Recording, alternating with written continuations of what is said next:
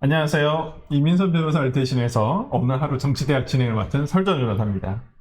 매주 정치대학 1교시 패널로서 여러분을 찾아뵙다가 저도 이 자리가 되게 새로운데요. 그간의 정치대학에서의 패널을 경험을 바탕으로 해서 오늘 하루 부족하지만 잘 이끌어 보도록 하겠습니다.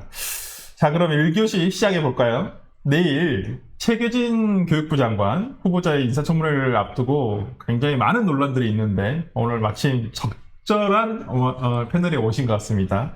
논문 표절, 정치 편향, 막말 논란, 쟁점들이 너무 많은데요. 오늘 적절한 선임과 함께 이 얘기 다뤄보도록 하겠습니다. 김영훈 전 교육부 정책보좌관을 함께 모시겠습니다. 안녕하세요. 안녕하세요. 네. 반갑습니다.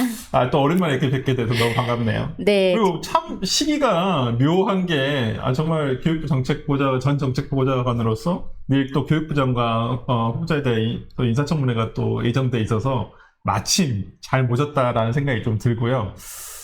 지금 이 최규진 교육부 장관에 대한 논란이 제가 봤을 때는 좀 이렇게 본격화되지는 않고 이게 네. 간간히 흘러는 나오고 있는데 아마 저는 내일 인사청문회 과정을 통해서 상당히 많은 부분들이 확인이 될 거다라고 생각이 드는데 내일 열리는 청문회에서의 최대 쟁점은 뭐라고 생각하시나요? 네, 최대 쟁점이라고 하는 것이 어떤 사상의 문제, 그 다음에 또 조국 전 장관의 가족에 대한 비호 문제, 그 다음에 입장을 하루 만에 또 바꾼 문제, 그 다음에 또 여러 가지 또 음주운전 같은 그런 법을 지키느냐에 대한 어떤 그 문제, 그리고 가장 최근에는 그 비서실장이 저체온증으로 객사했습니다. 근데 거기에 대한 이야기를 조금은 다르게 기술을 해서 좀 논란이 그 지역사회에서 된 점까지 있어서 제가 크게 좀 전반적으로 묶어보니까 한 11가지 정도 쟁점이 있겠다. 적어도. 그렇게 저는 좀 이해를 하고 있습니다. 내일 인사청문회도 밤 12시 전에 끝나기는 어렵겠네요. 어렵습니다. 그러네요. 정말 야당에서 여기에 대한 준비를 좀 철저하게 하시고 계시는지 모르겠어요. 이제 국회 개원하고 바로 첫 일정이 이 인사청문회가 될 것 같은데, 이 최규진 후보자의 많은 논란들이 있습니다만, 처음에는 음주운전 논란이 상당히 많았고요. 그것도 제일 처음에는 수치를 얘기를 하지 않다가, 최근에 그게 공개가 됐어요. 본인이 동의를 해서 경찰청에서 공개를 했다고 하는데, 그것도 좀 문제가 있는 것 같고요. 맞습니다. 그 마지막에 겨우 받아낸 그 수치가 김민전 의원실에서 요청을 했었죠. 0.187%. 근데 요것은 이제 강등이나 정직에 해당되는 징계 사유가 되는데 거기서 딱 소주 반잔이면 0.2가 나오겠죠? 반잔 정도? 그러면 사람에 따라 다를 거예요. 저는 반잔 이하일 거라 생각하지만. 근데 0.2가 되면 이거는 해임이거든요. 이게 뭐가 문제냐면, 그때 벌금 200만 원 정도 나왔던 걸로 제가 기사에서 확인을 했는데, 우리 이 교원들에게는 한 번에 아웃시키는 것이 바로 이 음주운전에 대한 교원 징계법이에요. 그런데 교육부 수장에게는 이게 나이롱이다? 이건 말이 안 되는 거거든요. 그러니까요. 이건 좀 이해가 되죠. 저도 제일 처음에 이 수치는 모르고 그 벌금 250만 원인가 200만 원 정도 나왔다 그래서 그렇게 수치가 그렇게 세지는 않았나 보다. 저는 그때 당시 기준은 0.08이 아니라 0.1이었을 거예요. 네. 그때 단속됐을 때. 그래서 0.187이면 생각보다 굉장히 높은 수치인데 그냥 봤을 때 만취죠. 네, 벌금이 생각보다는 적다라는 생각이 좀 들었거든요. 좀 이 부분에 대한 논란도 내일 저는 인사청문회에서 가장 먼저 문제가 될 거라고 생각을 하는데 이 이후에 나온 이 최규진 후보자에 대한 논란 중에 좀 눈에 띄는 논란 중에 하나가 과거에 16차례에 대해서 방북 승인을 받은 점이고 또한 1,000원의 음모론을 주장을 하시고 북한 찬양단체 후원을 독려하는 등 어떤 친북 행보를 보였어요. 본인뿐만 아니라 본인의 자녀들에 대한 어떤 이런 단체 가입이라든지 단체 후원에 대한 내용도 있었다는 점. 그리고 최 후보자의 딸이 체제전환 운동 정치대 조직위원을 지낸 바가 있는데, 교육부 수장으로서의 어떤 이런 정치 이념적인 행보, 이런 것에 대해서는 어떻게 생각을 하시나요? 사실 주변에 있는 많은 학부모들께서 우려하는 부분이 이 대목입니다. 교육은 정치의 희생양이 돼서는 안 되는데 지금까지 계속 그래왔어요.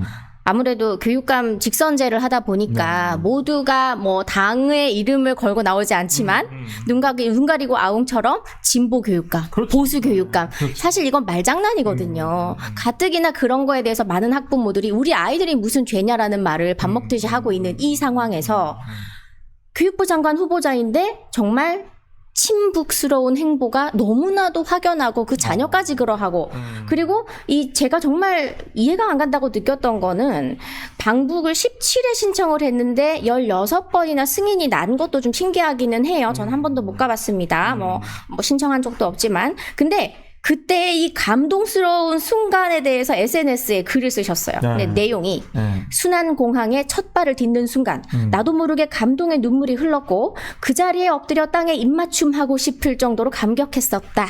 북측이 최악의 상태를 고난의 행군으로 이겨내고 이제 자신감을 갖게 된 것 같이 좋았다. 저는 청문회보다 이 공무원으로서 국가 공무원으로서 사상 검증을 좀 해야 된다. 근데 그걸로도 저는 반나절 걸릴 거라고 생각을 합니다. 그러니까 조금 이해되지 않는 부분은 이런 뭐 방북을 했다는 자체가 뭐 문제가 될 수는 없겠습니다만은 그 횟수도 좀 문제인 것 같아요. 너무 잦았다라는 것이고 이게 이제 굉장히 지금 이제 학부모들이 걱정하는 것 중에 하나가 이러한 교육감이 있다고 한다면 수업 시간에 정치 이념적인 내용 등이 은근히 이게 스며든다는 얘기가 있거든요. 특히나 맞습니다. 정교조 출신 어떤 그 선생님들의 어떤 은근한 정치 편향적인 발언. 그리고 제가 정말 며칠 전에 들은 내용 그 뉴스에서는 되게 조금 충격적이었던 게 학교에서 어떤 선생님들은 그 김어준 씨의 방송을 틀어준다는 거예요. 학생들이 보는 앞에서. 저는 그게 되게 너무 놀랬거든요. 아니 어떻게 그런 정치 편향적인 유튜브를 교실에서 그렇게 틀어줄 수 있나? 뭐 개인이 보는 거야. 뭐 그 본인이 선택해서 보는 건데 선생님이 아직은 정치적인 가치관이 정립되어 있지 않은 학생들에게 이런 것들을 버젓하게 교실에서 공공연한 장소라고 볼 수 있는 교실에서 보여줄 수 있는지 이런 부분에 대해서 너무 놀랬거든요. 그러니까 교육부에서도 이런 내용을 과거에 계셨을 때 이런 부분에 대해서 어떤 조치라든지 아니면 이런 내용들을 파악하고 있었는지 저는 되게 그 부분이 궁금하더라고요.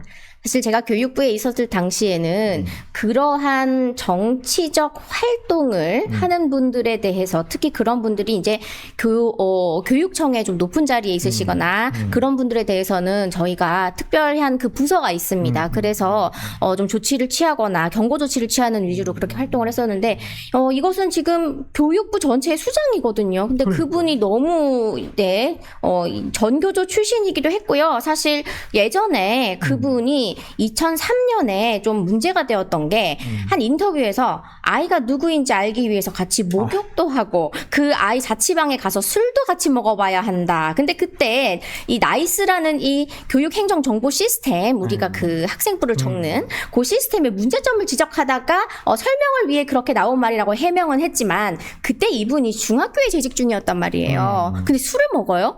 그러니까 그것도 좀 이해가 네, 상당히 애주가예요, 지금. 음주운전 있죠? 그 다음에 또 술을 먹어봐야 아이의 성향을 파악한다? 네, 그리고 제가 좀 전에 좀 따로 말씀을 드렸었지만, 밑에서 일하시던 그 비서실장 분이 같이 술을 마시다가, 3시간 동안 밖에서 술 취해서 비틀비틀 거리시다가 객사하셨어요, 저체온증으로. 부하 직원은 못 챙기신 분. 근데 또 술로 시작해서 술로 끝나는 이 너무나 많은 논란들이 있는데, 이분이 그 당시에도 전교조 활동으로 3번째 해직이 되셨던 상황이에요. 그러니까 너무 한쪽으로 편향되신 분인 거는 분명한 것 같습니다. 그래서 저는 정말 너무 걱정이고, 제가 강사 생활도 좀 오래 했고, EBS에서, 그리고 또 사교육 현장도 있었고, 교육부 장관 정책보좌관으로도 오래 일을 했지만, 무엇보다 제가 지금 가장 걱정이 되는 부분은 제가 아이 엄마이기 때문에 그래요. 그렇죠. 제 아이가 최교진 교육부 장관님이 돼갖고 교육부의 수장이 됐다. 그때 저희 아이가 초등학교를 다닌단 말이죠. 네. 걱정 많이 되시겠는데요? 전 정말 지금 손이 지금 손 떨리는 거 보이세요? 홈스쿨링 해야 되나?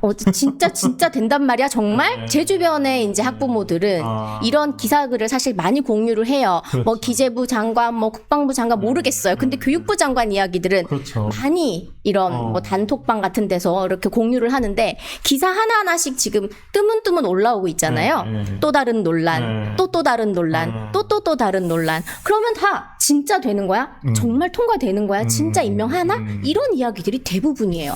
그러니까 이 교육부 장관이 이제 사회부총리를 맡고 있을 만큼 내각에서도 굉장히 높은 서열이잖아요. 저는 그런 면에서라고 한다면 정말 교육부 장관이 가지고 있는 권한이라든지 그 중요성은 정말 말할 수가 없다고 생각을 하고, 우리가 소위 말하는 교육에 있어서 정말 큰 임팩트를 줬던 이해찬 세대라고 불릴 만큼 이해찬 전 장관이 교육부 장관을 할 때 그 세대가 있었잖아요. 제가 그 말 많고 탈 많은 유명한 이해찬 1세대입니다. 그렇죠. 네. 그러니까요. 수시를 제가 처음으로 실험지가 돼가지고 했었죠. 네, 너무 잘 알죠. 그러니까 그만큼 저는 교육부 장관이 중요한 자리라고 생각을 하는데 너무 중요합니다. 근데 진짜 이러한 자질 부족, 논문 표절, 저는 이런 걸로 낙마를 했던 전임 이제 후보자죠. 이진숙 전 후보자. 네. 어떤가요? 이 부분하고 비교를 해봤을 때. 몇 배나 더 세죠, 사실. 그러니까요. 정말 뭐, 차라리 그 전이 나았다. 이런 분들도 사실 많으세요. 근데 차라리라고 하면 안 돼요. 피해는 고스란히 학부모와 아이들과 교사들이 보기 때문에. 그러니까 저는 공석으로 남기더라도 계속해서 아이들과 이 교육 공동체를 위한 최상의 선택이 아니면 임명하지 않는 게 맞다고 저는 생각을 합니다. 정말 그 말씀이 정말 맞다라고 저도 생각을 하는데, 한번 내일 인사청문회를 통해서 한번 우리가 그 과정을 확인을 해보고 또 임명까지 어떻게 될지 한번 봐봐야 되겠는데, 네네. 이분이 보니까 뭐 조국 원장에 대한 옹호 논란도 있었어요. 그런데 이분 보니까 또 이번에 이런 입시비리에 대해서 또 모르겠습니다. 장관에 임명되기 위해서 그런지는 모르겠는데 가짜 스펙을 활용한 부정 입시비리다라고 얘기는 하고 계세요. 왜 이렇게 표현했다고 생각하시죠? 그 다음에 나중에 또 그렇게 되겠죠. 뭐 부정이라 했더니 진짜 부정인 줄 믿네? 뭐 이렇게 하겠죠. 저는 믿지 않습니다. 네. 그리고 이분이 저는 정말 또 걱정스러운 게 뭐냐면 아이들이 미완성의 단계거든요. 미성년이란 말이에요. 그렇죠. 그럼 정말 중요한 게 이 사상 그리고 또 성인지 감수성 같은 것들, 성 역할에 대한 것들, 사회적 성, 이런 것에 대해서 아주 조심스럽고 세밀하게 들어가줘야 돼요. 이건 정말 디테일의 영역이라고 저는 생각을 해요. 집에서도 그게 정말 어렵거든요. 아이를 키우는 게 잘 아시잖아요.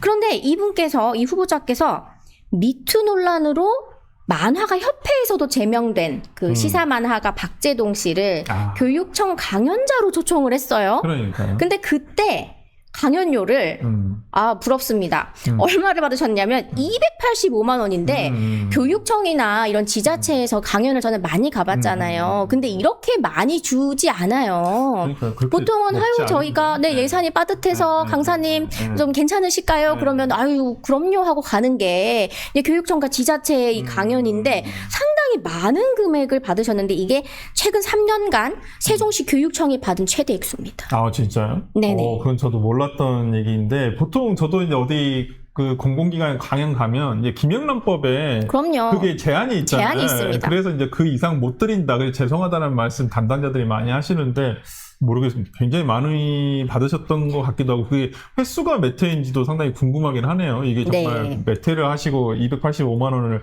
받아가신 건지 아마 내일 인사청문회에서 아마 이것이 나올 거라고 생각을 하고요. 네네.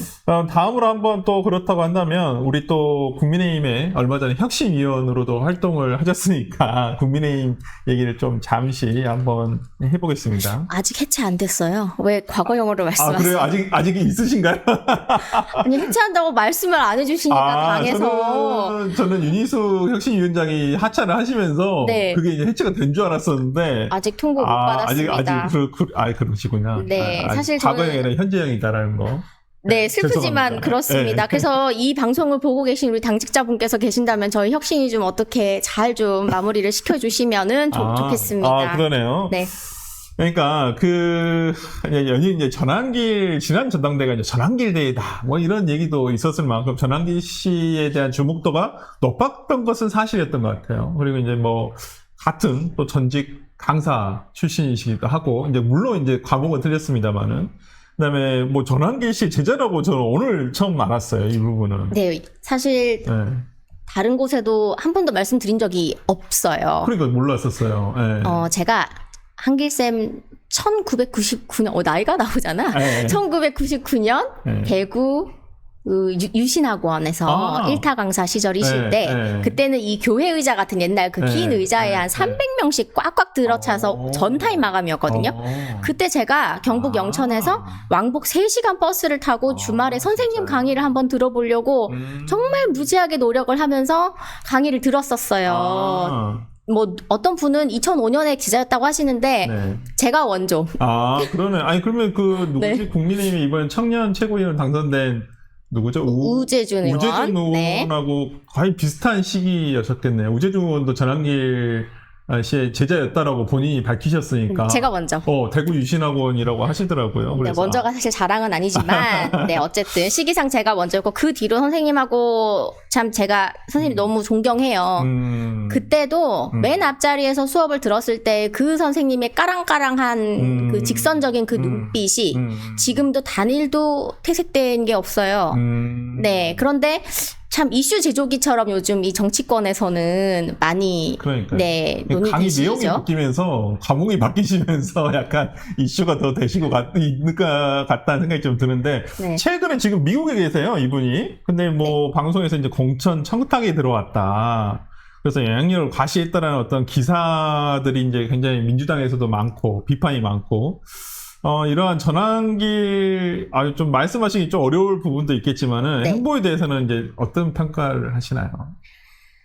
화법의 문제라고 저는 생각을 해요. 선생님의 강의를 들었거나 아니면 사석에서 선생님하고 좀 교류를 했던 분들이라면 선생님의 그 화법이 일타 강사 시절에 그 네. 화법이 이게 정치권으로 오게 되면 숱한 오해를 불러일으킬 수밖에 없겠구나라는 그런 생각들을 많이 하실 거예요. 아마 아시는 분들은. 그러니까 예를 들면은 저도 예전에 대치동에서 강의를 했을 때는 강사는 교육 서비스업이거든요. 네. 그래서 학생들을 70분이든 90분이든 뭐 50분이든 강의 시간 동안 학생들을 졸리지 않게 똘망똘망하게 눈빛을 딱 유지시켜줄 우리는 어떤 사회적 책임을 갖고 있는 사람들이에요. 의무예요, 그게. 네. 수강료를 받았으니까.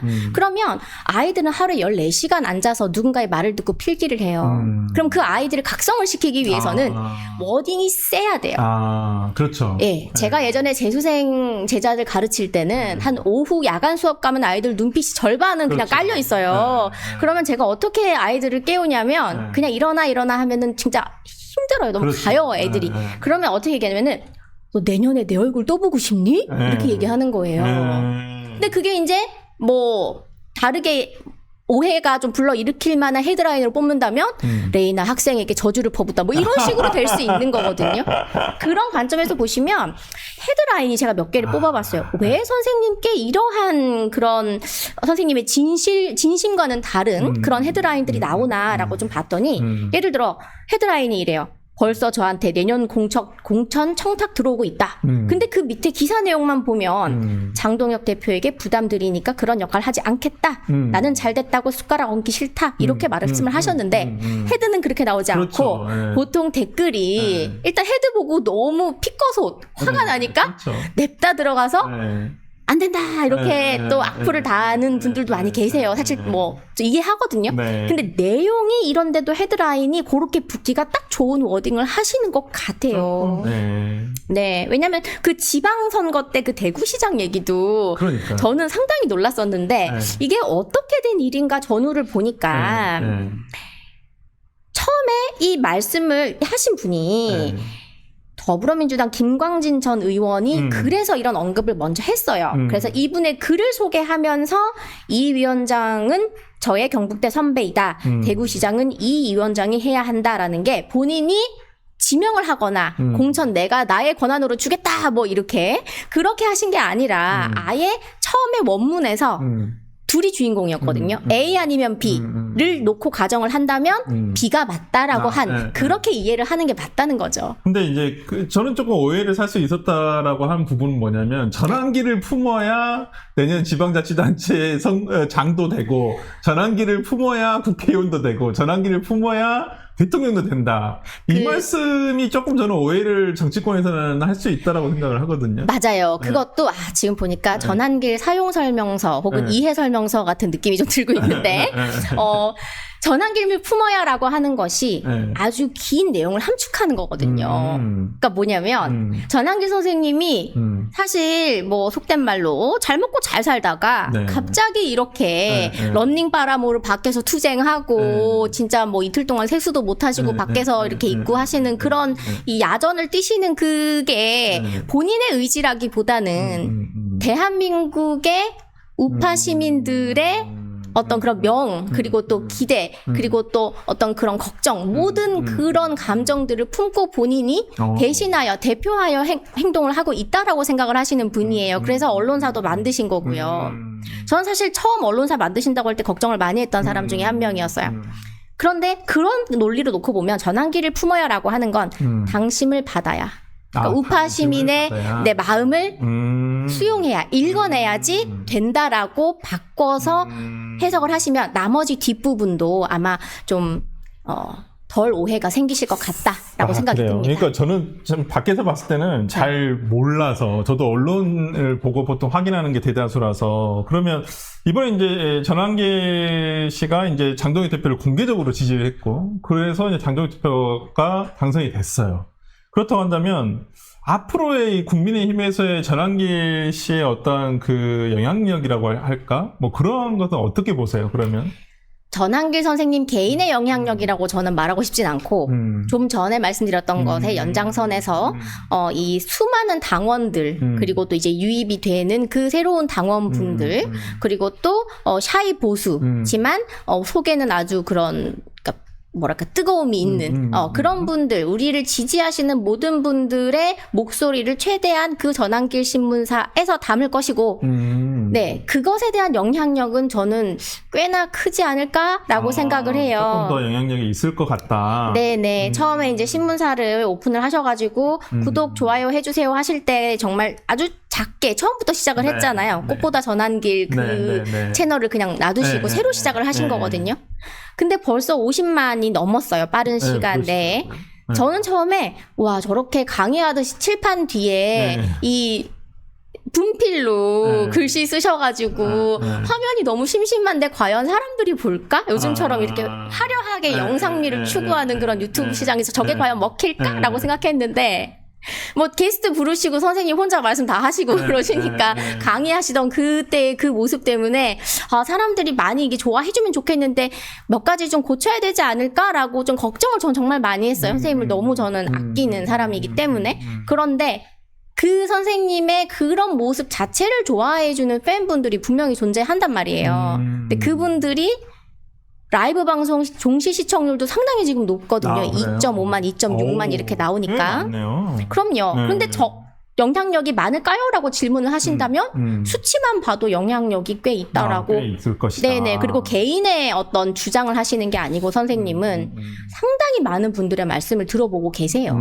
네, 그러니까 당원들 그리고 또 우파 시민들의 민심을 가지고 말씀을 대신해 주시는 어떤 전달자 역할이라고 본인을 계속해서 소개를 하고 계시니까 그렇게 이해해 주시면 좋을 것 같아요. 저도 그 부분은 참 잘 몰랐던 부분이라 오늘 또 김혜훈 전 정책 비서의 어떤 얘기를 들어보니까 일견 뭐 조금 이해가 되는 부분도 있고 아니, 잘 몰랐던 부분이라서 아직까지 완벽하게 이해가 되지는 않지만은 그런 부분으로도 볼 수 있겠구나 생각이 좀 들어서 조금 저도 이해의 폭을 넓히는데 도움이 됐고 아마 우리 시청자분들도 조금 그런 생각이 들으셨을 거라 생각을 하고요. 네네. 전당대회 결과 이제 지금 나흘 만에 이제 한동훈 전 대표가 장동혁 대표의 당선을 축하했습니다. 메시지로 이제 사실상 뭐 최악이라고 얘기를 했던 만큼 메시지로서 김문수 전 장관을 지지했던 만큼 어떤 전당대회에 대한 결과가 본인의 뜻과는 조금 다른 부분이 있어서 실망을 했을 수도 있는데 이렇게 이제 한동훈 전 대표가 장동혁 대표에 대한 그 축하 메시지 이런 것들 그리고 한동훈 대표가 앞으로 당내에서의 입지라든지 이런 건 어떻게 보세요? 저도 좀 궁금하긴 해요. 당내에서의 입지가 예전 같기는 어려울 것 같다라고 저는 생각을 합니다. 그리고 박근혜 전 대통령 탄핵 이후에 그 당이 분당을 거치는 그 과정들하고 지금 상당히 비슷한 부분들이 많이 지금 일어나고 있어서 최악의 경우에는 분당인 건데 그렇게 하기에는 동력이 또 예전처럼 그렇게 뭐 30석 이렇게 되는 것도 아니고 그렇죠. 네, 그래서 분당도 좀 어렵고 그렇다면 뭔가 레버리지를 쓸 수 있는 것이 별로 없어요, 지금. 왜냐하면 최악과 차악이 남았다고 하는 순간 이 당의 어떤 정치적인 지금 현재의 이 철학과 어떤 무브먼트를 같이 안고 갈 수 있는 게 없는 상태인 거잖아요. 그죠? 그런데 어떻게 우리 당에서 지금 무언가 목소리를 더 낼 수 있는 힘이 있을지 주변에서 정말 많이 도와주신다면은 좀 가능은 하겠죠. 왜냐면 원외자잖아요. 네. 그래서 좀 어렵지 않겠나? 네, 그런 생각하고 있습니다. 내년 그러면 지방선거에 동시 치러지게 될 보궐선거가 있을 텐데, 국회의원 선거가 있을 텐데, 거기서의 어떤 가능성은 어떻게 보세요? 한동훈 대표, 지금 장동혁 대표 체제인데 공천을 받을 수 있을까요? 시스템 공천이지만 네. 잘 싸우는 사람에게 공천을 주겠다라고 하셨잖아요, 아, 대표님이. 네네네. 그래서 그 기준에 맞다면 가능한 것이고, 예. 하지만 험지라도 한번 불사르겠다라는 생각으로 네, 어떤 모든 게 때가 맞다면 뭐 양지 험지 가리지 말아야겠죠. 제가 그랬으니까. 아, 그렇죠. 아, 그렇죠. 오산, 경기도 네. 오산에서 험지에도 정말 뛰셨었는데, 네. 저도 그때 당시에는 지난 총선 때는 왜 오산이지? 정말 오산인데 그 생각은 정말 많이 했었거든요. 근데 처음부터 장동혁 지금 대표님이 그 당시에 사무총장이셨어요. 그렇죠. 네. 그래서 저하고 면담을 하면서 네. 그렇게 말씀하셨어요. 네. 그 정치를 하고 싶냐? 네. 그래서 저는 정치인 전 진짜 모르고요. 네. 심지어 전 당원도 아니었기 때문에 그때. 근데 교육계를 바꿔보고 싶다. 그래서, 우리 아이가 곧 학교 간다. 그래서 오산이. 네, 그랬더니 국회의원이 되면 정말 정치를 바꿀 수 있어요. 여기서 이렇게 하는 것보다 훨씬 할 수 있어요. 그래서 그 말로 저를 설득을 하셨고 그렇다면 처음부터 세게 크게 전쟁하십시오 이러면서 그래서 오산을 안민석 보낸 의원 지역구로 보낸 거예요. 두 분이 공군 선후배예요. 원래 예. 그렇죠. 네. 아니 그러니까 저는 좀 국민의힘에 이건 뭐 좀 논외지만 국민의힘에서 이 영입대 인재들을 정말 잘못 쓰고 있다 선거 때. 약간 저는 그런 생각을 가지고 있거든요. 좀 네. 앞으로 좀 국민의힘이 이 부분은 조금 개선했으면 좋겠어요.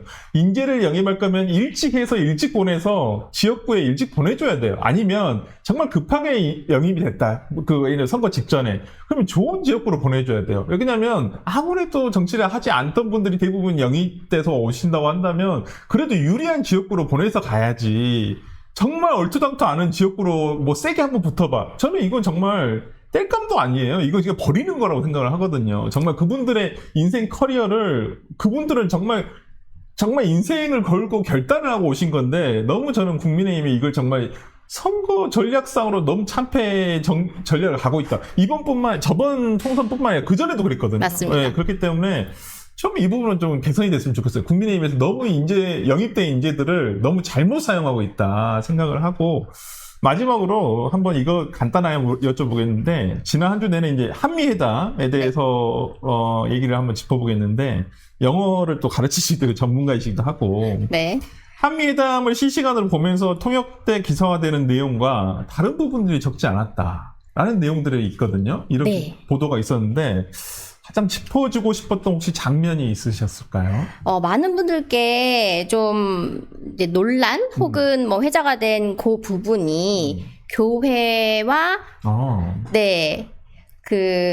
미군에 대한 압수수색, 탄압이라는 그 부분에 대해서 많이 이제 실제로 어떤 말을 했는지보다 오해 풀렸다라는 걸로 다 이제 헤드라인이 나와가지고 그렇죠. 정말 오해가 풀렸냐라는 것을 그 당시에 그 워딩 그대로 좀 우리가 다시 한번 생각을 해볼 필요가 있겠다라고 생각을 했는데 일단 질문을 하신 그 기자분께서 트럼프에게 질문을 할 내용과 그리고 이재명 대통령께도 같이 질문 드리겠습니다라고 하면서 질문을 던진 게 내용이 조금 사뭇 결이 달라요. 어떻게 달랐냐면은 트럼프 대통령에게 질문을 한 것은 그때 여러 명이 이제 아주 저돌적으로 서로가 질문을 하겠다고 한 거기 때문에 앞부분은 좀 잘렸고 제가 들은 걸로는 The posts and comments you made on South Korea early this morning, like raised on churches going into U.S. military base, Purge Revolution, how do you think about it? 이렇게 얘기를 했거든요. 네, 교회 그리고 또 미군 부대에 침입을 해가지고 수사를 하는 것에 대해서 어떻게 생각을 하느냐라고 했을 때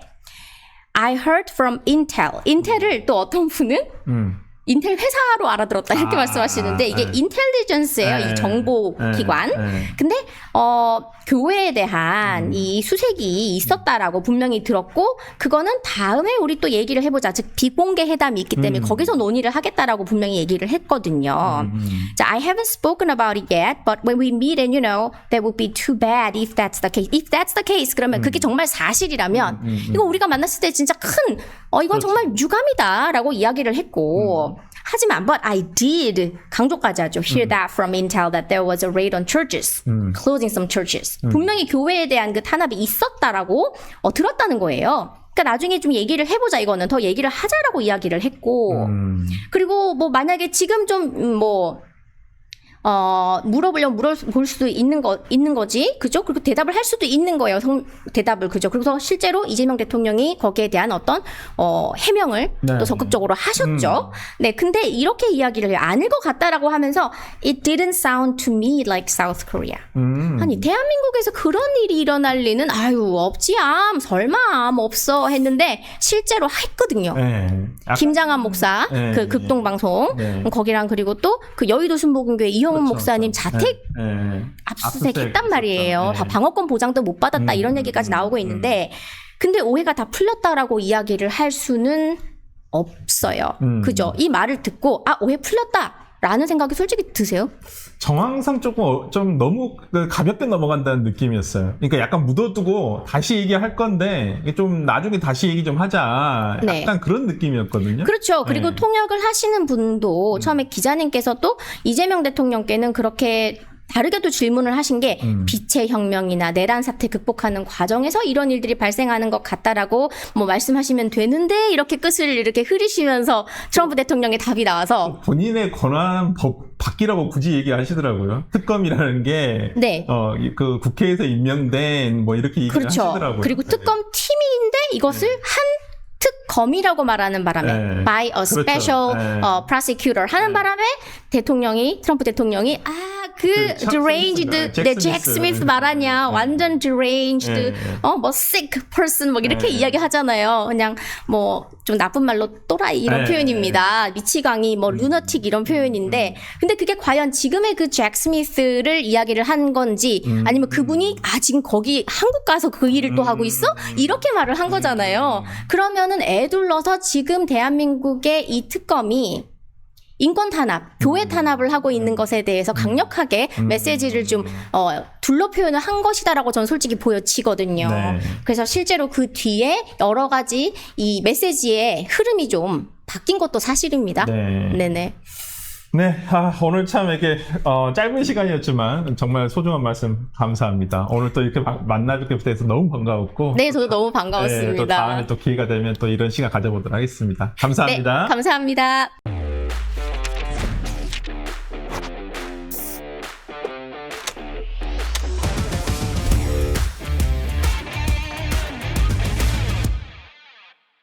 네, 조국 혁신당 혁신정책연구원장의 언행이 나날이 논란입니다.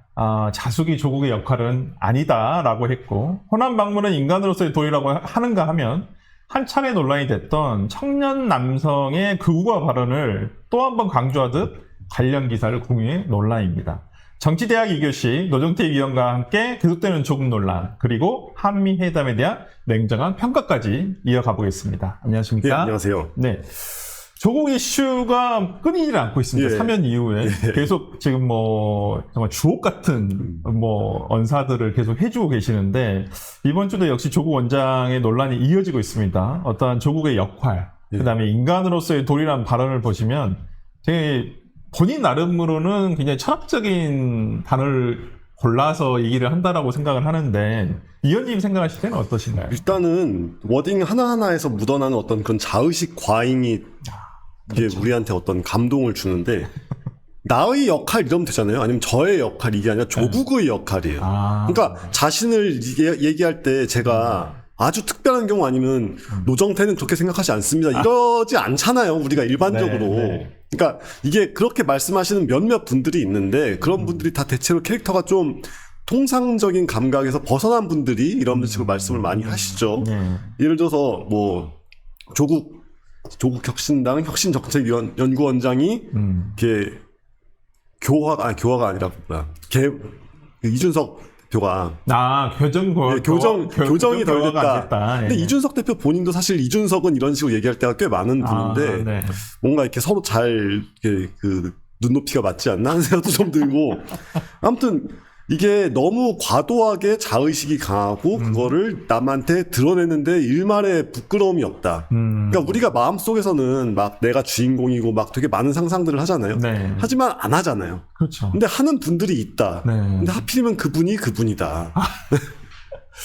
그러니까요. 그래서 계속 또 최근에는 제일 처음에는 사면에 대한 논란이 굉장히 많았는데 본인의 정치적인 활동이라든지 뭐 이거에 대해서 얘기가 있었는데 최근에 지난주에는 이 극우 논란을 본인이 불을 지폈단 말이에요. 그래서 특히나 2030 청년의 일부가 극우화됐다라는 거에 대해서 처음에는 저는 말실수라고 생각을 했었어요. 근데 이거에 대한 철회를 하지 않고 오히려 한 번 더 얘기를 하시면서 서울 상층 청년은 극우라는 내용의 SNS 기사를 공유를 하셨단 말이에요. 이거 도대체 어떤 의도라고 보시는 건가요? 그게 진짜 놀라운 발상인 게 서울 상층 청년 하면은 조국 대표가 조국 전 대표가 아드님도 있고 따님도 있는데 그러니까요. 그러니까 뭐 따님은 그렇다 쳐도 자기 아드님은 거기 포함되는 거 아니에요? 그러니까 왜 이런 식으로 얘기를 하는가에 대해서 모든 사람들이 너무 이제 이해를 하기 어렵다. 뭐 이런 식인데 그 공유하신 기사를 제가 지금 보고 있습니다. 여기 보면은 이 극우의 5가지 조건이라고 해서 첫째, 목적을 이루기 위해 폭력 사용, 규칙 위반을 용인하는 자세. 둘째, 복지에 대해 개인에게 모든 책임을 돌리는 자세. 셋째, 이제 대북 제재를 중시하는 그러니까 북한에 대한 강경책을 중시하는 사람. 네 번째는 그러니까 그러니까 중국의 보복으로 경제에 타격을 입더라도 한미동맹을 강화해야 된다는 입장을 가지고 있으면 극우다. 그리고 5번째로는 이주민, 난민에 대한 배타적인 태도를 가지고 있으면 극우다. 라고 하는데 목적을 이루기 위해서 뭐 무력이나 폭력은 모르겠지만 규칙 위반을 용인하는 자세라고 한다면 조국 본인이잖아요. 그러니까. 우리 아들이 인턴 이력이 부족한 것 같은데, 우리 딸이 뭐가 부족한 것 같은데, 그러면 문서를 내가 직접 만들어 볼까?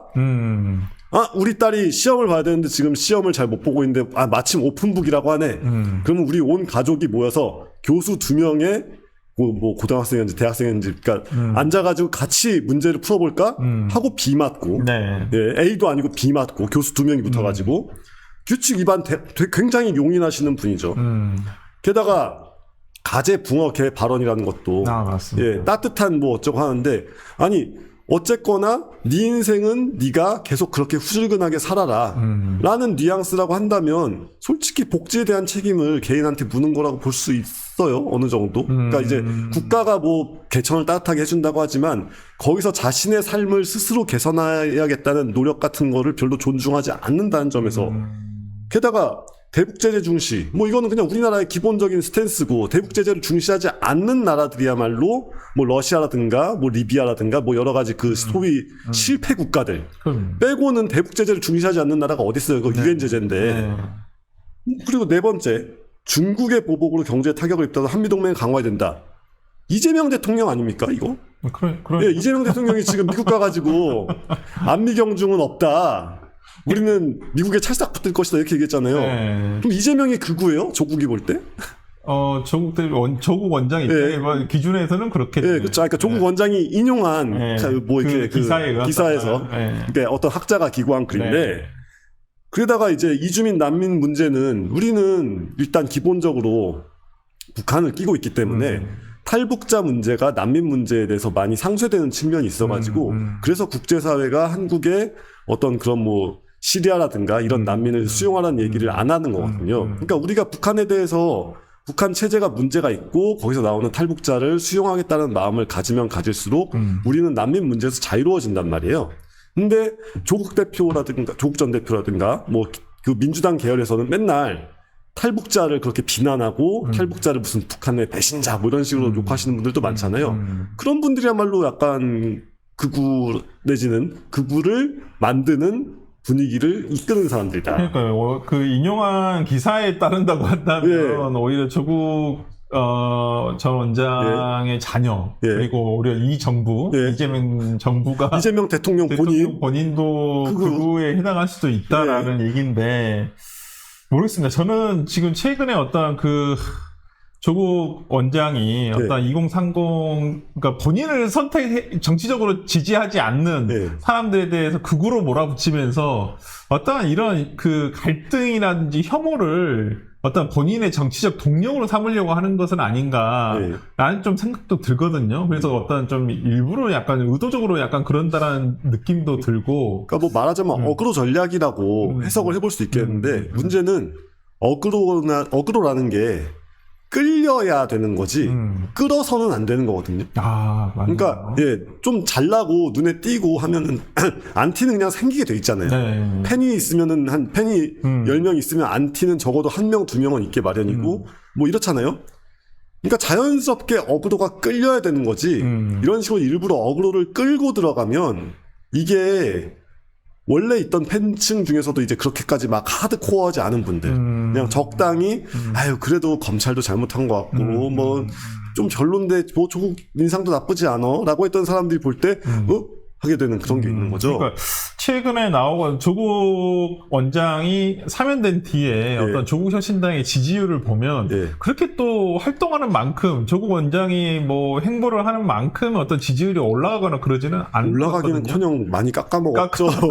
오히려 그 반대의 지지율을 나타내는 것 같아서 조국 원장이 어떤 본인의 행보를 다시 한번 재고를 해야 되는 건 아닌가라는 생각이 드는데. 그러니까 이제 국민의힘은 오히려 그걸 더 열심히 해주기를 바라고 믿고 있는 분위기고, 약간 그게 좀, 그러니까 정치가 서로를 욕하는 정치가 되면은, 이게 게을러질 수밖에 없잖아요. 그러니까 지금 그런 식의 악순환을 낳고 있다. 그러니까 정략적으로만 보면은, 뭐 그래 계속 해보셔라 어디까지 갈 때까지 가나 봅시다라고 할 수도 있겠지만 그래도 대승적인 차원에서 잘 해주시면 좋겠다 뭐 이렇게 말씀을 드려야겠네요.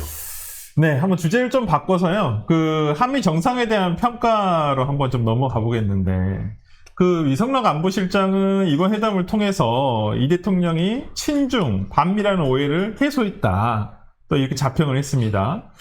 이번을 통해서 이번 회담에 대한 어떤 냉정한 평가 어떠신가요? 근데 사실 아무 내용도 없었고 알맹이도 없었고 잘해봤자 본전이라고 평가할 수밖에 없는데 솔직히 본전 아닌 것 같다. 그러니까 테이블 위에서는 별 문제 없었던 것 같은데 테이블 밑으로 뭐가 오간지를 국민들한테 하나도 안 가르쳐주고 있고 우리가 알 방법도 없고 거기다가 지금 계속 뭔가 구체적인 이야기가 나오면은 막 뭉개고 막 이러고 있잖아요.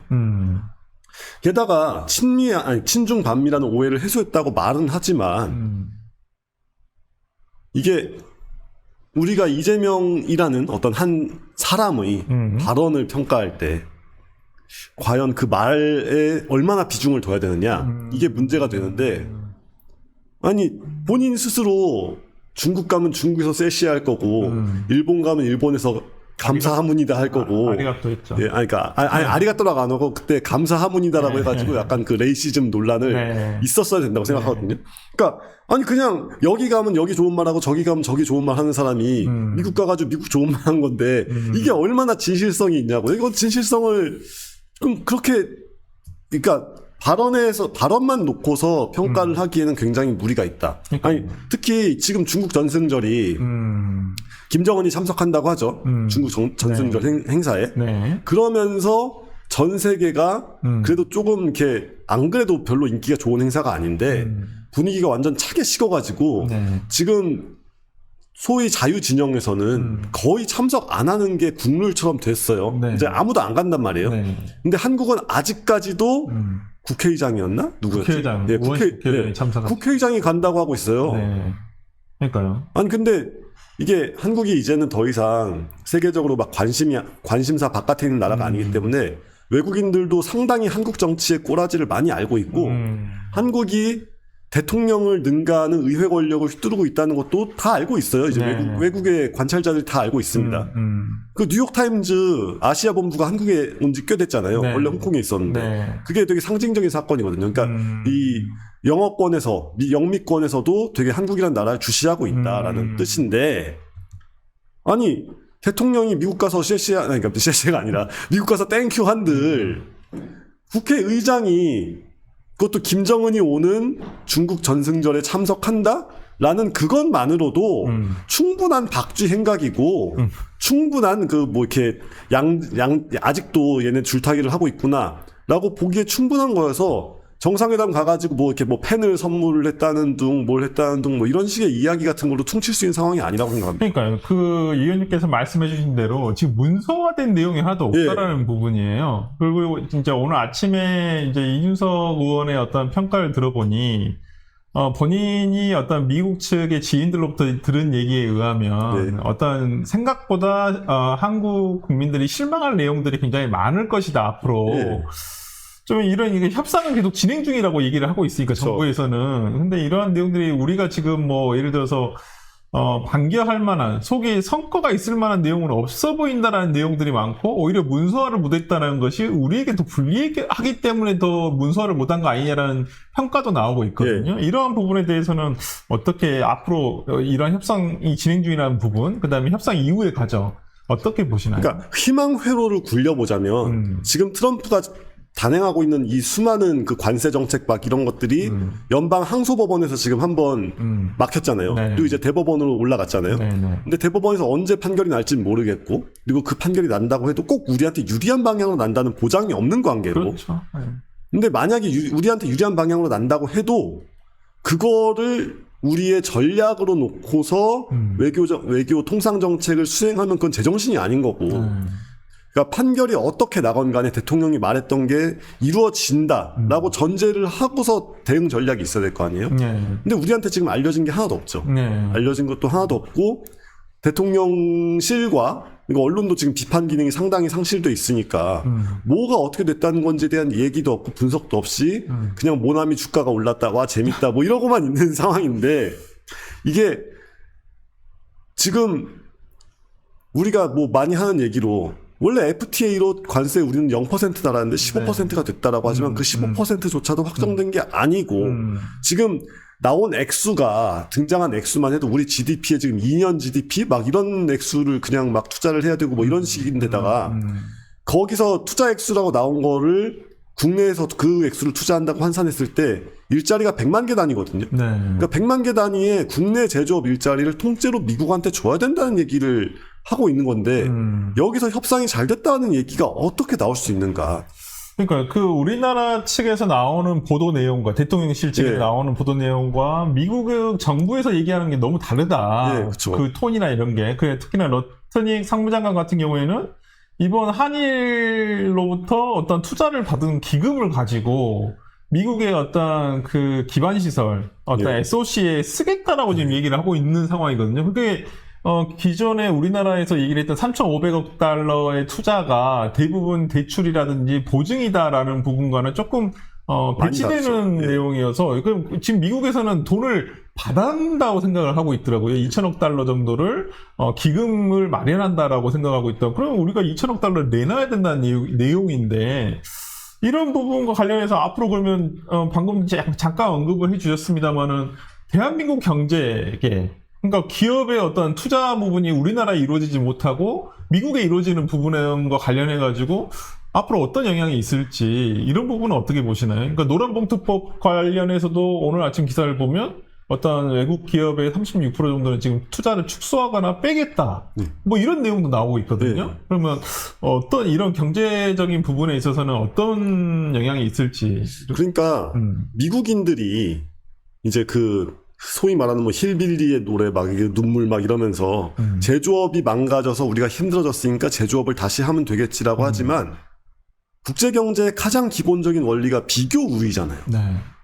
두 나라가 있을 때 상대적으로 잘하는 거에 집중을 해야 서로가 혜택을 본다. 이게 비교 우위론인데 우리가 상대적으로 제조업을 훨씬 잘하는 나라고 미국이 상대적으로 서비스업이라든가 뭐 기타 등등 이제 무형의 비즈니스를 훨씬 잘하는 나라인데 우리나라의 문제 핵심은 이겁니다. 그러니까 100번 양보해서 한국의 제조업을 미국에 준다고 해도 그게 미국에서 제대로 안 돌아가면 어떤 일이 벌어지는가. 그러면은 지금 이제 중국을 중심으로 한 무슨 진영이라 공산주의는 아니고 아무튼 중국을 중심으로 한 그쪽 진영과 미국을 중심으로 한 자유진영이 있다고 했을 때 그냥 자유진영의 생산력만 망가지는 꼴이거든요. 그러니까 한국에서 한국이 잘하는 걸 한국이 계속할 수 있게 해주면 되는 거예요. 그렇죠. 그래야 이제 풍산에서 신나게 포탄도 만들고 자주포도 만들고 그러니까 딴 데서 K9은 딴 데서 만들지만 아무튼 딴 데서 만들고 뭐 배도 만들고 하면서 한국에서 그걸 만들어 가지고 열심히 생산력을 갖춰서 찍어내야 중국과의 패권 경쟁이 가능해지는데 자기네가 그걸 가져간 다음에 제대로 굴릴 수 있을지 장담조차 할 수 없는 거를 야 일단 내놔봐 뭐 이러는 거잖아요. 근데 이럴 때 조금이라도 배짱과 두뇌가 있다면 잠깐 이걸 준다고 할 수 있어? 우리가 천천히 완벽하게 이전을 위해서 20년 플랜을 갖고 들어가자 뭐 이런 식으로 얘기할 수도 있는 거 아니에요. 근데 그런 것도 하나도 없이 그냥 쫄아가지고 진짜 딱 이러고 앉아가지고 그러니까 혼나지 않았다는 대가가 아니 근데 대통령이 혼나야죠. 아니 젤렌스키랑 비교해보면 너무 격이 다른데 리더의 격이 다른데 젤렌스키는 자기가 모욕을 당했잖아요. 네, 그렇죠. 개인 젤렌스키가 모욕을 당하면서도 어쨌건 트럼프가 그 시점에 트럼프의 욕심은 그 시점에 전쟁을 끝내는 거였어요. 화끈하게. 그걸 막았잖아요. 그렇죠. 자기의 체면이고 뭐고 다 버리고 무슨 막 저 이상한 유튜브에서 하는 그런 방송도 아닌 거 기자 막 이런 사람한테 별 이상한 소리를 들으면서까지도 스스로 와신 상담해서 우크라이나라는 나라를 위해서 우크라이나의 대통령은 그래야 되는 거잖아요.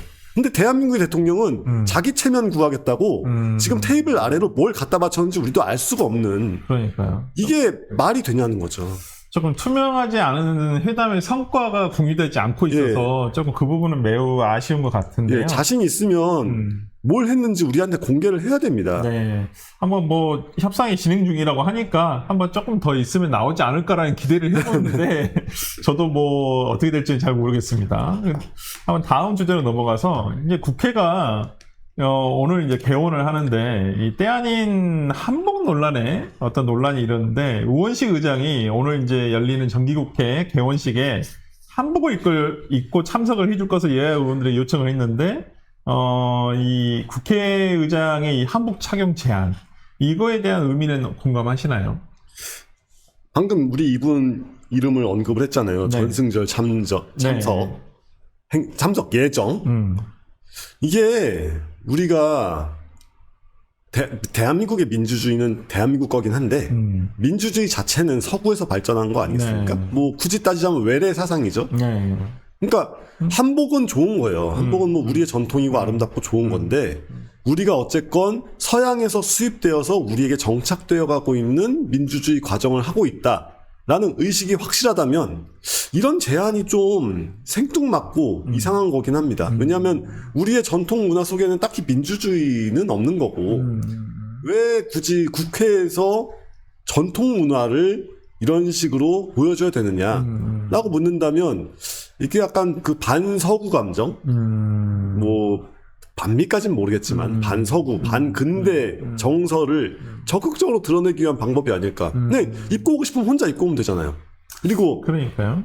예전에 한복을 입고 왔던 사람이 없었던 것도 아니고 강기갑 의원 그렇죠. 한복을 입고 공중부양을 하시던 분이 붕 떠가지고 막 날라차기 하고 막 그러던 분이 계신데 국회에서 입고 있는 한복에 대한 우리 국민의 인식이 별로 좋지도 않고 그러니까 저는 그런 생각이 그러니까 이거 뭐 좀 이따도 여쭤볼 텐데 이제 그 국민의 입장에서 그러니까 지금 여야가 굉장히 극렬하게 대치를 하고 있는 상황이고 어찌 보면 너무 이제 여당과 야당이 그 당세가 너무 차이가 크잖아요, 지금. 야당이 너무 지금 쫄아 있는 상태, 그러니까 소수이다 보니 저는 오히려 거대 여당의 출신 국회의장이 이런 제안을 하는 것이 오히려 소수 야당에서는 굉장히 조롱으로 느껴질 수도 있겠다. 좀 그런 생각도 좀 들고요. 지금 상황도 상황이고, 예를 들어서 정말 여야가 좋은 상황이고 그렇다고 한다면 뭐 좋은 뜻에서 할 수도 있겠다라는 생각도 들고 저는 한복 입는 건 뭐 좋습니다. 그럴 수도 있죠. 제안할 수도 있죠. 근데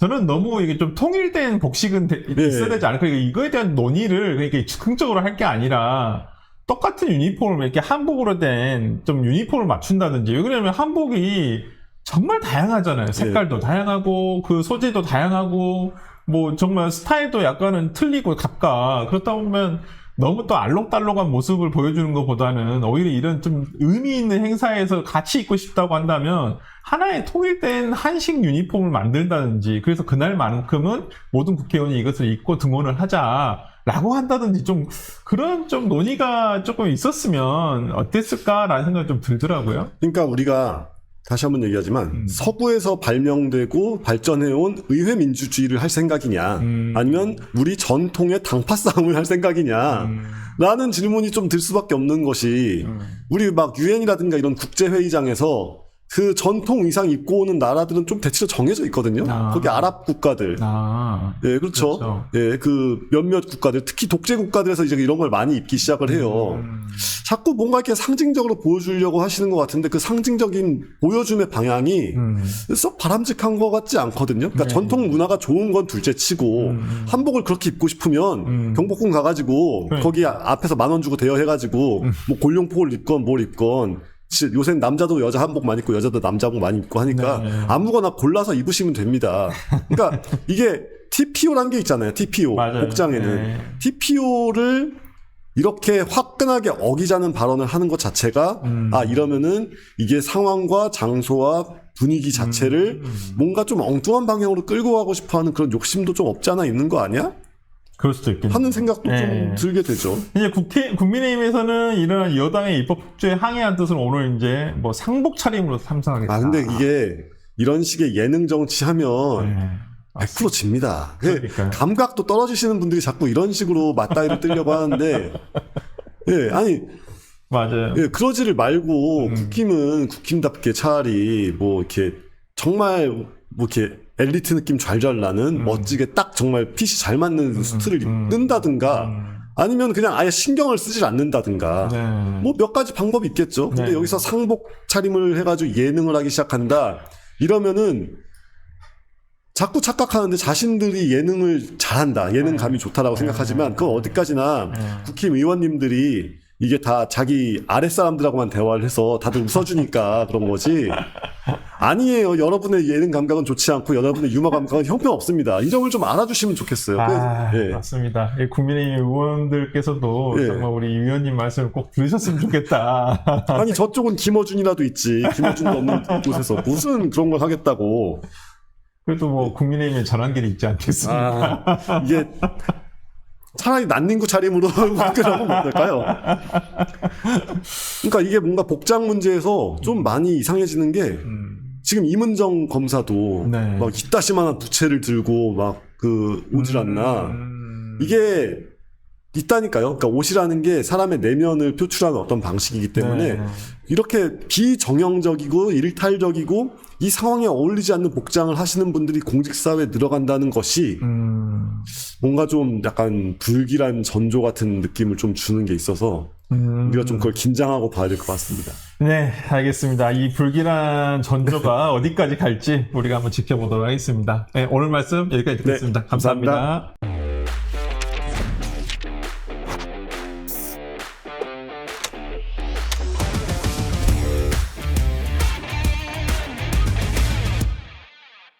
네, 이재명 정부 들어서 첫 정기국회가 오늘 열립니다. 민주당은 검찰개혁법, 언론개혁 등을 힘으로 밀어붙일 태세이고 더불어 내란 특별재판부 설치도 추진하겠다는 입장인데요. 여야의 강대강 대치가 수위가 더욱 높아질 것으로 보이는데 정치대학 3교시 배종찬 소장님과 함께 정치현안 짚어보겠습니다. 안녕하십니까? 안녕하십니까? 예. 오늘 수업 3교시 수업 마무리 잘. 아이고 오늘 또 이거 살이 빠지셨어요? 좀 뺐습니다. 뭐 어떤 다른 아니 그냥 좀 비법이 있으신 거예요? 아니 비법은 없습니다. 네네. 아니 좀 네네. 이거 싹 많이 빠진 것 같은데요? 네, 한 10kg 정도 뺐습니다. 오 아니 인물이 더 좋아졌어요? 아닙니다. 네네. 이런 칭찬 일세가 아닌데. 그러니까 깜짝 놀랄 정도. 네. 네네. 한번 저희가 오늘 첫 번째는 리얼미터 오늘 아침에 나와 네. 한번 조사 결과를 한번 보겠습니다. 2주 연속 이제 하락세를 보이던 대통령, 예. 이재명 대통령의 지지율이 이번 한미회담을 계기로 약간 반등했습니다. 하지만 한미회담의 구체적인 성과와 후속 조치가 뒤따라야 되는데, 현재까지 늘어난 이번 회담의 실질적인 성과는 어떻게 평가를 하시나요? 성과는 한미 관계에 대한 걱정이 많았죠. 네. 근데 거기에 대해서는 이제 치명타를 입는 거니까 조심했겠죠. 네. 신중했겠죠. 그래서 여하튼 나쁜 상황이 아니고 네. 그래도 선방할 수 있었다. 그게 이제 초점이 맞춰지는 거겠죠. 하지만 문제는 뭐냐면은 회담 자체는 훈훈해 보였다. 네. 뭐 펜도 선물로 주고 그다음에 뭐 거북인가요? 거북이는 거북선. 아니죠. 거북선. 거북이가 아니구나. 네. 딴 사람이구나. 네, 그건 다른. 거북선. 네, 거북선. 특검한테 물어봐야 돼요. 네. 거북선. 네. 그다음에 뭐 퍼터. 퍼터. 네. 그다음에 또 뭐 모자. 네, 뭐죠? 하여튼 열심히 준비를 한 거예요. 네. 또 강훈식 비서실장까지 갔다라는 거는 이 회담이 파토가 나면 안 된다. 뭐 3시간 전에 SNS 일도 있었지만 네. 그러다 보니까 문제는 뭐냐면 회담이라는 건 그거거든요. 외견상으로 훈훈했느냐? 훈훈했어요. 훈훈했어요. 그 다음에 두 번째는 뭐냐면 실질적인 성과가 있느냐? 네. 뭐 손에 잡히는 게 있나요?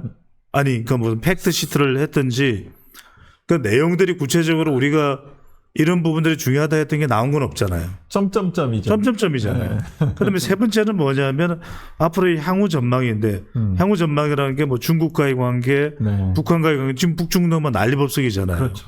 근데 이런 부분에 대한 것도 에이펙에 대해서도 올지 안 올지 그는 왜냐하면 완전 학답을 한 건 아니에요. 그렇죠. 지금 게다가 네. 제임스 킴 주한미국 상공회의소 회장은 노란 봉투법 이런 걸 들어서 뭐 에이펙은 뭐하노 뭐 이런 식의 이야기를 한단 말이에요. 그렇죠. 그러니까 이런 부분들을 본다면 외견상으로는 훈훈했다. 뭐 싸우고 뭐 젤렌스키나 남아공 대통령 대접은 안 받았다. 근데 이제 손에 뭐 쥐었냐. 이 이제 결과는 의문은 남는 거죠. 그럼 외교적인 성과 때문일까요? 이러한 국정수행 지지도가 지난주에 리얼미터 기준입니다. 지난주 기준으로는 조금 올랐어요. 한 2.2%. 지난주가 51.4%였었는데 이번 주가 53.6%로 다소 소폭 상승했거든요. 그럼 이게 어떤 외교 성과 때문이라고 볼 수 있어요. 근데 잠깐 이렇게 보자고요. 네. 왜 우리가 그래도 이제 리얼미터로 가는 거는 추세를 보기 위한 것일 거예요. 그렇죠. 네. 근데 추세에서 51.4에서 53.6이라고 하는 거는 이게 어떤 이슈에서 성과로서 올라가는 걸로 보기는 어렵겠죠. 왜냐하면 보통 성과라는 것은 3, 5, 뭐 7 이렇게 띄어요. 대체로. 그렇죠. 근데 지금은 보면은 에게 국힘도 올라갔잖아요. 지지율을 보면. 그래요. 국힘도 올라갔어요. 0.6%. 민주당은 0. 이건 뭐냐. 지지율을 보면은 두 당 다 올라갔단 말이에요. 그 이야기는 뭐냐면 서로 지금 진영 간 대결이 되고 있다. 자, 그러면 6인 쪽하고 4인 쪽하고 위기감에 따라 결집하면 어느 쪽이 더 단단히 뭉쳐지고 더 확장이 되겠어요. 사 쪽이 더 그러잖아요. 6이겠지. 6인가요? 아니 덩어리가 크다 이 말이에요. 예. 민주당 덩어리가. 예, 그렇죠. 그러니까 많으니까. 53.6은 일종의 테크니컬 바운싱. 이게 위기감에 따른 결집으로 봐야 된다는 거죠. 또 하나 하고 싶은 드리는 무슨 말씀이 왜 리얼미터도 저는 추세를 보는 가치가 있는 조사로 생각을 해요. 폄하하거나 생각 저는 없어요. 근데 왜 미디어 토마토 조사도 있잖아요. 네. 그런 조사들도 이번 주 발표되는 걸 봐야 돼요. 네. 지난주에 너무 안 좋았단 말이에요. 그렇죠. 지난주에 에브리 리서치라든지 미디어 토마토 조사는 부정이 더 높았어요. 네, 그렇습니다. 그건 왜 안 보냐는 거죠. 오히려 그것도 봐야 돼요. 진보 진영 쪽에서 조금 더 이펙트가 있다는 하우스 이펙트가 있다라고 하는 어떤 조사 기관임에도 불구하고 조금은 그렇죠. 미디어 토마토가 네. 그런 경우잖아요. 네, 좀 그래도 미디어 토마토나 의아하긴 했었어요. 뉴스 토마토 같은 경우에는 유튜브 내용도 뭐 이렇게 보수당 친화적이지가 않아요. 네, 그렇습니다. 그런데도 불구하고 네. 그렇게 부정이 오차범위 내등간 높다라는 거는 그런 자료까지도 같이 볼 필요가 있고 그러니까 지금은 힘겨루기 속에서의 줄다리기 속에서의 테크니컬 바운싱 기술적 반등의 의미가 있다. 그러니까 왜? 보합세 정도로 생각을 하면 되겠네요. 그 한번 생각해 기준에서 벗어나지 그렇죠. 않는다. 생각해 보세요. 우리 설교너스께서도 진행을 잘 하시는데 우리가 왜냐하면 지금 민주당으로서는 임기 지금 3개월도 안 된 대통령이잖아요. 네. 그런데 확 떨어지는 조사 결과가 나왔잖아요. 그럼 결집하겠어요, 안 하겠어요? 하죠. 이건 위기감을 결집하죠. 느끼죠. 네. 더군다나 지금 또 지지율이 떨어졌다 난리 난다 하니까 조국도 좀 잠잠해졌잖아요. 그렇죠. 조금 네. 이제 본인도 이제 막 두들겨 맞으니까 네. 그래, 내가 좀 이렇게 두들겨 맞을 일은 아니구나. 뭐 이런 정도 되면 문재인 전 대통령도 이야기하겠죠. 국이 이건 아니죠. 이러겠죠. 그럴 거 아니겠어요. 그러시겠죠. 그러니까 이런저런 네. 전화를 많이 네. 받을 거예요. 네. 또 뭐 쌍욕도 듣고 네. 그것까지 사위가 다 막아줄 수 있는 건 아니잖아요. 사위가 다시 고기하고 된장말이는 계산해 줄 수 있어도 그것까지 방어가 되지는 않을 거 아니에요. 다시 한번 고기 한번 먹으러 가셔야 될 것 같은데. 그러니까요. 우리 정치대학은 회식 안 하나? 우창판으로. 스태프분들이 힘들어하시네. 네, 그러시네. 스태프분들을 위해서는 고기를 먹죠. 이럴 때 우리가 고기를 먹고 고기압으로 가야 돼요. 아, 그럴까요? 그러니까요. 그러니까요. 기분이 저기압일 때는 고기압으로 가야 되는. 아니 그런데 이게 설진행자가 좀 주창을 해봐요. 제가 한번 먹을 때가 됐어. 네, 그러니까요. 어. 네, 알겠습니다. 제가 싼 데도 알아요. 꼭 소고기 안 먹어도 돼. 건의드리도록 하겠습니다. 항정살도 좋아. 가브리살도 좋고. 네, 점심 시간이 다가오니까. 그러니까요. 네. 이제 그 국민의힘은 지금 내일 이어질 최규진 교육부 장관 후보자에 대한 네네. 의혹을 지금 이어가면서 지금 임명 때는 정권 몰락을 자초하는 일이다라고 얘기를 지금 하면서 비판을 하고 있거든요. 어떤 최규진 교육부 장관 후보자에 대한 논란을 여당의 어떤 입법 폭주 상황으로 비춰봤었을 때, 그럼 최규진 어떤 그 후보자에 대한 인사청문회가 끝나면 어떤 이런 정부 대통령에 대한 지지, 국정수행 지지율이라든지 민주당의 지지율 어떤 좀 변화가 있을까요? 변화가 있겠죠. 근데 큰 변화가 있겠느냐. 왜 그러냐면 지금은 다시 민주당 지지율이 올라가는 거는 전쟁이라고 판단하는 거예요. 첫 번째 전쟁이다. 전쟁 누구? 장동혁과의 전쟁이다. 그러니까 이제 국민의힘도 그래서 0.6이 올라간 거예요. 전쟁이라고 생각하는 게 양쪽 다. 근데 그래서 제가 대통령 지지율이 올라가는 이유는 전쟁이라고 생각했을 때 화력이 더 센 쪽은 어디야? 대통령 쪽이잖아요. 그럼요. 그럼 두 번째는 지지율에 좀 신경 썼을 때 강선우, 이수진 때까지는 낭만을 시켰어. 네. 근데 지금은 최교진은 제가 보기에는 강선우, 이수진보다 더해. 이 사람은. 맞아요. 더한 사람이에요. 아니, 오히려 정말 여기에 맞는 속담은 아닌데, 국가의 명과이라는 말이. 차라리 최교진 정도였으면 네. 강선우, 이수진은 안 됐어.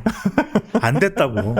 그런데 안쓰럽다는 얘기시죠? 지금 네. 전쟁 상황에서 설 변호사도 아시겠지만 물리겠어요? 최교진은 안 물려. 제가 안 물려요. 그리고 네. 정교조 출신이면 이미 답 다 나왔어요. 자, 그렇죠. 민주노총 고용노동부 장관, 정교조 출신 교육부 장관 이미 노선이 정해진 거예요. 그래서 네. 아무리 사람들이 이야기해도 최동석 안 끊어내잖아요. 네. 이건 뭐냐면 끊어낼 사람이 있고 추구도 끊어내면 안 되는 사람이 있는 거야. 그러니까요. 그러니까 최교진은 말도 안 돼요. 지금 10번도 더 끊어냈어야 되는데 그대로 가는 이유는, 그리고 제가 물어볼게요. 정청래 대표 끊어내겠어요? 아니요. 그래. 안 끊어내죠. 네. 김어준 끊어내겠어요? 못 끊어내죠. 안 끊어내죠. 네. 그러니까 도저히 더 이야기할 필요 없어요. 네. 이런 거 이야기하면서 시간 낭비하지 마요. 딱 그럴까요? 예, 알겠습니다. 그럼 정청래 대표가 그러면 이 전쟁에 대한 얘기를 한번 해보겠는데, 정청래 대표가 장동혁 신임 대표 선출을 두고 극우 세력만 득세하는 상황이다 라고 얘기를 하고 있고 평가를 하고 있고, 장동혁 대표는 이재명 정권을 끌어내리겠다고 분명히 당대표 선출된 다음에 얘기를 했단 말이죠. 그러면 이게 진짜 이 완전히 극과 극의 어떤 초강성 어떤 두 양당의 대표, 이 강성 전쟁 어떻게 어느 쪽이 더 유리할까요? 이걸 설명을 드릴게요. 그러니까 네. 이거는 간단해요. 여러분 생각해 보십시오. 어디에 지금 더 화력이 센가를 봐야 돼요. 그렇잖아요. 네. 자, 지금 전 세계에 있는 어떤 나라든 미국하고 대결한다. 지금 당장 어떻게 이겨 미국을. 그런데 우리가 이렇게 이야기하면 달라지잖아요. 네. 100년 뒤는 어떻게 될까? 그건 몰라. 세상 일을 모를 일이에요. 네. 근데 지금은 어린 만프로지도 없는 이야기지. 지금 당장은 전쟁이지만 장동혁이 쉽게 지금 모든 수단과 병기를 누가 다 쥐고 있어요. 정부와 여당이 쥐고 있잖아요. 네. 그러니까 우리가 그 말이 맞아.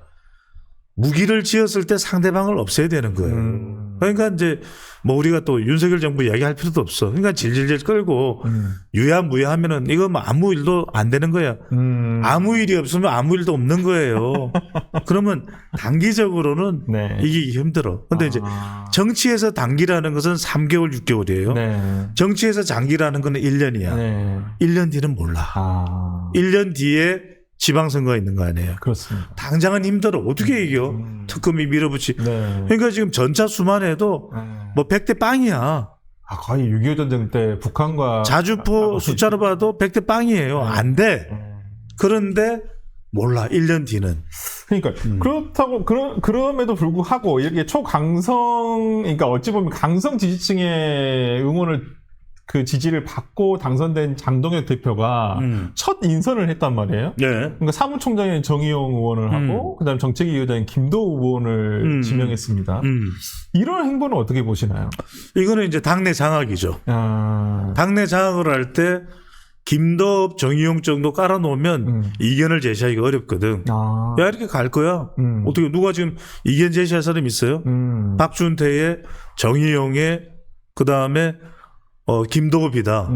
김도읍은 한때 뭐 원내대표 물망에도 올랐던 사람이에요. 네. 그럼 지금 이렇게 진영을 갖춘다. 사실은 지금 장동혁 마음대로 할 수 없는 사람은 송원석 원내대표인데, 사실 송원석 원내대표가 뭐 이렇게 존재감이 있는 사람은 아니잖아요. 원래 그렇죠. 뭐 이 방송도 보실래나?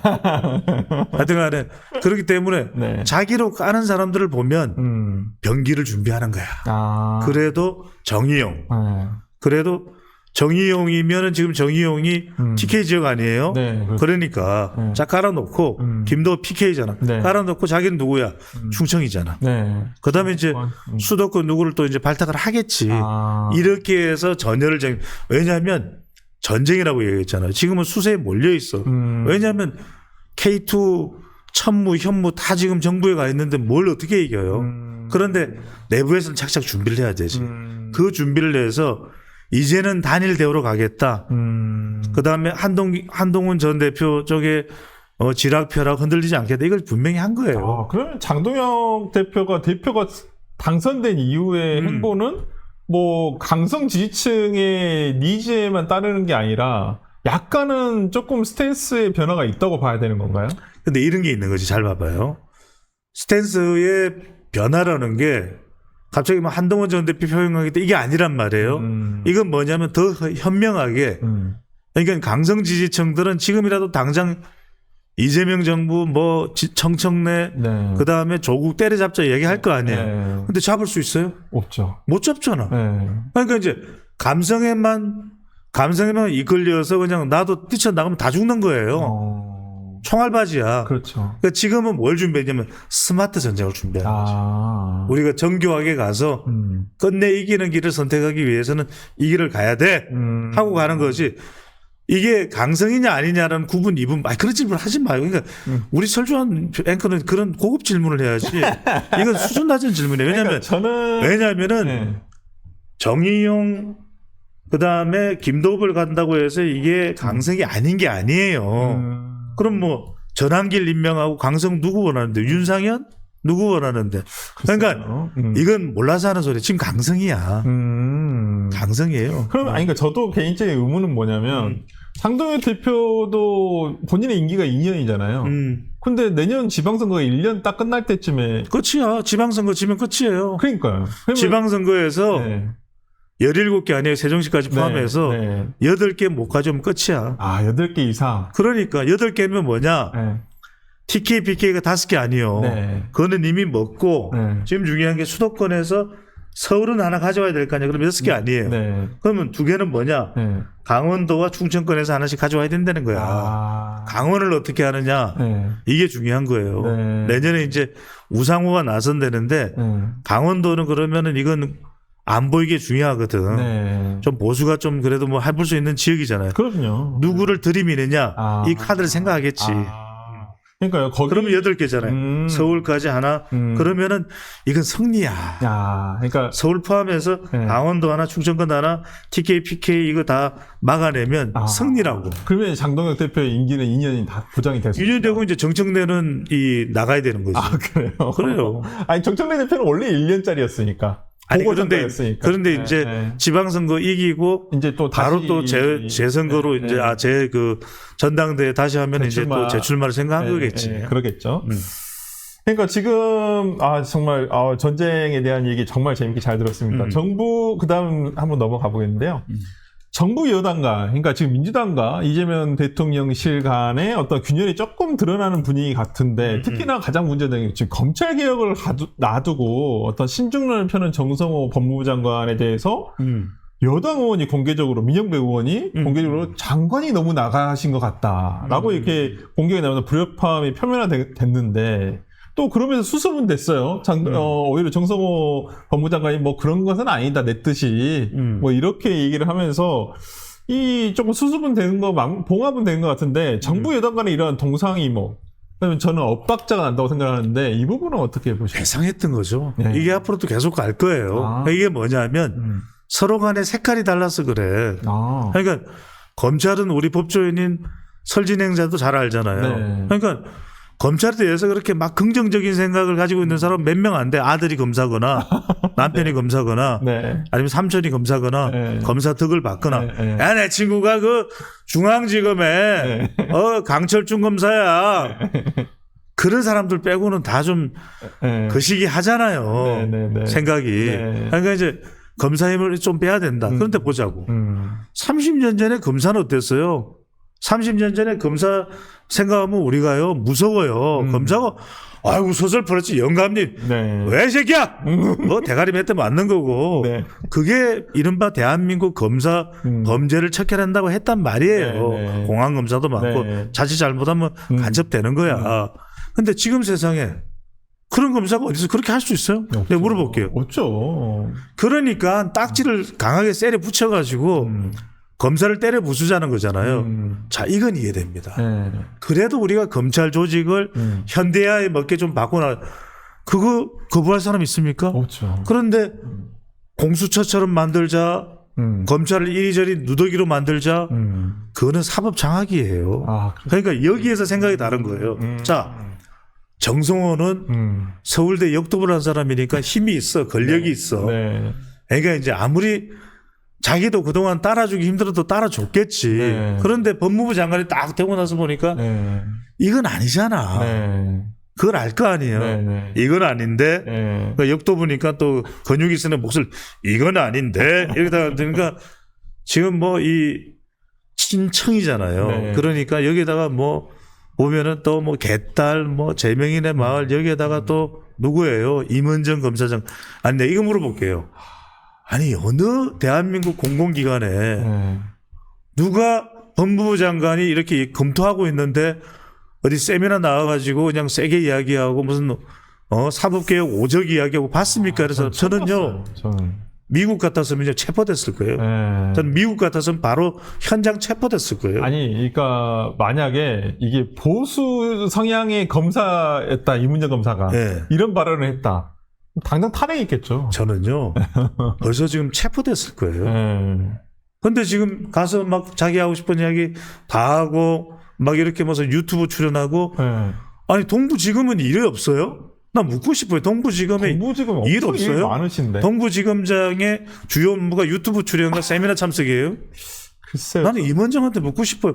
그러면 왜 세금으로 월급을 주나요? 그러니까요. 개인 활동할 거면? 저는 이재명 대통령이 추상 같은 대통령의 국정 운영 리더십을 세우려면 이런 경우에 가만히 있으면 안 돼요. 정성호 법무부 장관도 추미애 같으면 가만히 있겠어요. 만약에 이게 뒤틀어졌다 그러면. 아니죠. 징계위원회 추 장관은 가만히 안 있어요. 지금 우리가 지켜봐야 될 전쟁 중에 또 다른 전쟁이 더 크지만 작은 전쟁이 추나 전쟁이에요. 추나요법이 아니에요. 추나 전쟁 온몸이 다 틀어지는 거예요. 이제 나추 전쟁이라는 이야기도 나초 전쟁이 아니고 추나 나추 전쟁. 이게 지금 난리예요. 그런데 지금 이건 그래서 밀어붙이는 거예요. 아마 내가 물어볼게요. 지금 고민할 게 10,000가지, 100가지, 10만 가지예요. 왜냐하면 지금 이걸 어떻게 나누냐, 공소청을 나누냐, 검찰청을 놔두냐, 헌법에 검사가 있는데 이걸 어떻게 없애냐, 중수청을 행안부로 가느냐, 어떻게 하냐, 국가수사위원회 어떻게 구성하느냐, 여기 뭐 법제처에서 파견하는데 이건 그럼 대통령이 장악하는 거 아니야. 생각할 게 이 정부 임기 끝나도록 이거 결정 다 못해요. 그런데 한달 전. 추석 때까지 지금 다 하겠다는 거잖아요. 네. 뭘 다 하겠다는 거예요? 모르겠어요. 뭘 당했다. 지금 뭐 그냥 검찰청. 그러면 내가 이 말 묻고 싶어요. 경찰은 수사할 준비 다 돼 있습니까? 다 돼 있어요? 안 돼 있습니다. 내가 설 변호사한테 물어보는 겁니다. 안 돼 있어요. 그러면은 기소하다가 뭔가 미진한 거 있으면 그냥 AI한테 물어봐서 그냥 수사 진행해야 되나요? 수사 지금 수사권도 없고 보안권도 한다니까 그것도 하지 말라 그러고 수사 요청권만 해라는 거잖아. 그렇죠. 그러니까 저는 순경이 지금 그러면은 길거리에 지금 마약사분들 뛰어다니고 정말 강도사분들 뛰어다니는데 그것도 못 잡는 거예요. 네, 저는 경찰분들의 얼마만큼 노고가 많으신지는 충분히 알고 있어요. 정말 경무에 시달리시거든요. 근데 저도 정말 안타까운 건 이 검찰 개혁안에 대해서 뭐 일정 부분 찬성하는 부분도 있습니다. 어떤 검찰이 직접 수사권을 제한을 해야 된다는 부분은 동의를 해요. 근데 아직 경찰이 수사 역량이 올라오질 않았어요. 그러니까 아주 어려운 수사를 할 만큼 기업 수사라든지 정말 예를 들어서 산업 스파이 사건이라든지 이런 걸 수사를 할 만한 역량이 아직까지는 저는 조금만 아직 좀 더 시간을 가져야 된다 생각을 하는데. 아니 그리고 다른 걸 떠나서 아니 설 진행자 선생님께서도 보시기에 기존에 검찰이 잘하던 것도 없어야 돼요. 우리가 그렇잖아요. 그렇죠. 잘하던 건 왜 없습니까? 네. 검찰이 그러면 10개 중에서 8개를 못해도 2개는 잘하는 거잖아요. 네. 잘하는 건 살려야죠. 네. 아니 저는 지금 그걸 반대로 봐요. 8개는 잘하고 2개는 좀 못했을 수 아니 그러니까 내가 예를 들어서 네. 그렇게 이야기를 하는 겁니다. 그래서 저는 지금 이제 말씀드리고 이제 말씀하신 내용 중에서 이제 조금 궁금한 내용이 그러면 정성호 법무부 장관이 지금 어떤 신중론을 제기하고 있는데 그럼 정성호 법무부 장관의 뜻은 곧 이재명 대통령하고 같다고 볼 수가 있는 걸까요? 그러니까 제가 드리는 말씀이잖아요. 대통령도 신중하게 검토하라고 이야기했잖아요. 네. 공론화라도 필요하면은 제2의 검사와의 대화를 내가 하겠다 그런 개념이잖아요. 네. 지금 그걸 내가 주재를 하겠다 해요. 네. 그러니까 또 이재명 대통령도 방송도 좋아하고 또 뭐 이런 언론 좋아하니까 좋아하시죠. 그러면은 이쯤 되면 막 가자는 거죠. 예의가 없어. 설검사 예의가 없어. 이제 그걸로 인해서 이제 한번 인기 폭발을 먼저 노리는 것일 수도 있는데 네. 그걸 떠나서 네. 지금 보면 네. 근데 정청래 대표가 뭐라고 얘기를 했습니까? 뭐 앞에서는 뭐 개혁을 주장하고 뭐 이견이 상황이 없다. 바뀌면은 뭐 낯선 그림자가 뭐 뒷모습이 앙상한 뼈만 남았다 어쩌고 뭐 하는 거 있잖아요. 네. 다 배우기도 힘들어 무슨 이야기인지 모르겠어요. 그게 뭐냐면은 지금 다 빨리 그냥 검사 다 때려잡아라 이야기예요. 그러니까 지금 정청래 대표도 때려잡아라고 이야기지 조국 대표는 지금 약간 조국 전 대표는 혁신연구 원장이 돼서 그런지 조금 목소리가 잦아드는지 모르겠는데 네. 그동안 계속 했던 게 뭐예요? 반드시 검찰은 옷을 다 벗겨야 됩니다. 그러지 않았어요. 심지어는 그 이야기도 했어. 윤석열 전 대통령 그 소환 강제 구인해온 데서 의자를 번쩍 들으면 데려올 수 있는데 그걸 안 했는지 참 의문스럽습니다. 막 그렇게 이야기를 하잖아. 자수계라는데 이런 얘기를 하는 거예요. 지금 여기다가 서로 막 선명성 경쟁하고 있죠. 그러니까 네. 대통령 말도 안 듣는 거야. 그러니까 김어준 지금 보십시오. 강훈식 비서실장도 갔다 왔으면 뭐든 이런 공영 방송에 나와야 될 거 아니에요. 깜짝 놀랐어요. 김어준 방송 다 나가는 거예요. 그러니까 지금 MBC고 KBS고 대한민국 방송통신위원회가 지금 어딘지를 모르겠어요. 그러니까 이제 그런 상황이 되다 보니까 지금은 말을 안 들어. 네. 그런다고 해서 대통령하고 각을 세우지는 않잖아요. 네. 이게 지금 민주당의 현실이에요. 그러니까 어느 순간 되면 지금 이게 뻥 터지게 돼 있어. 그러니까 지금은 국민의힘이고 보수라고 하는 이 대항할 전쟁이 있기 때문에 이거 막 이러잖아요. 그죠? 근데 두 가지의 경우입니다. 완전히 적이 소멸됐을 때는 내부 전쟁으로 옮겨가거나 아니면 장동혁이 의외로 저력을 발휘할 때는 그때는 이제 내부 전쟁이 또 일어나요. 왜냐하면 단결을 하다가도 좀 전세가 밀려. 우리가 그렇잖아요. 보통. 그럼 너 때문이야. 그때 그랬잖아. 너무 우리가 보기에도 좀 그때 너무 밀어붙인다 그랬어. 다 밀어붙이라고 그래놓고 그때 가서는 또 다른 소리를 해요. 그 전조현상이 일어나고 있다는 걸 설명을 드리는 거죠. 최근에 대통령실의 우상호 정무수석이 이진숙 방통위원장을 보고 정치할 거면 그냥 직을 그만두고 나가라 라고 얘기를 하고 있고 지금 직권면직을 하는 방안을 검토하고 있는 중인데 또 여기에 대해서 이문정 검사의 최근 발언이라든지 이런 정치적 행보에 대해서 문제점을 지적하는 분도 계십니다. 그렇다고 한다면 이진숙 방통위원장의 행보와 이문정 동부지검장의 행보 이거 어떻게 바라보세요? 아니, 생각해 보세요. 자, 제가 설명을 드릴게요. 네. 여러분들이 딱 머릿속에 번뜩 이런 생각이 들 거예요. 지금 이재명 대통령 170여 명의 집권 여당 방통법 다 통과. 네. 이진숙 위원장이 뭐 할 수 있는 거 있습니까?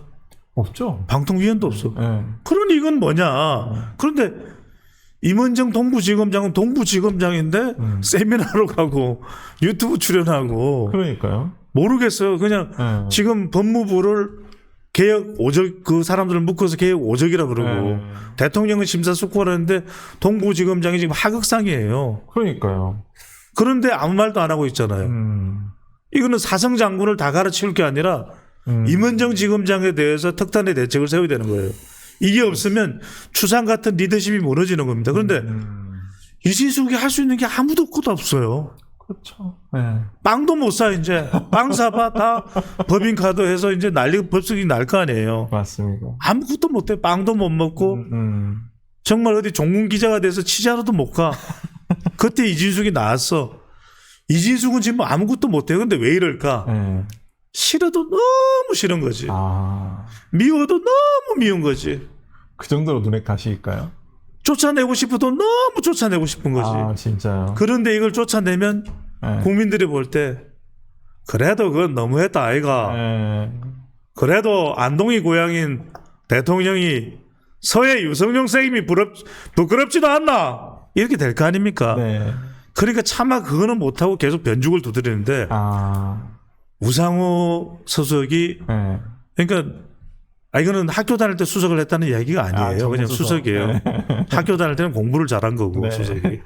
근데 그런 거잖아요.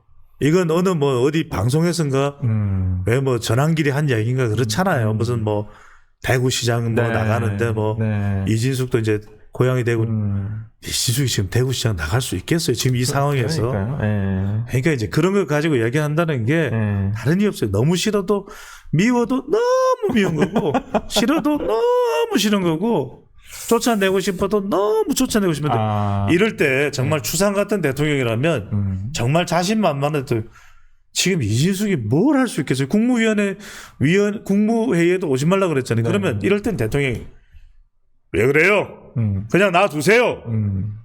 방통위원 전 정권은 그렇게 해서도 우리는 그렇게 하는 게 아니에요. 네. 이게 추상 같은 대통령이죠. 그러면 방통위원을 빨리 임명하라 그러세요.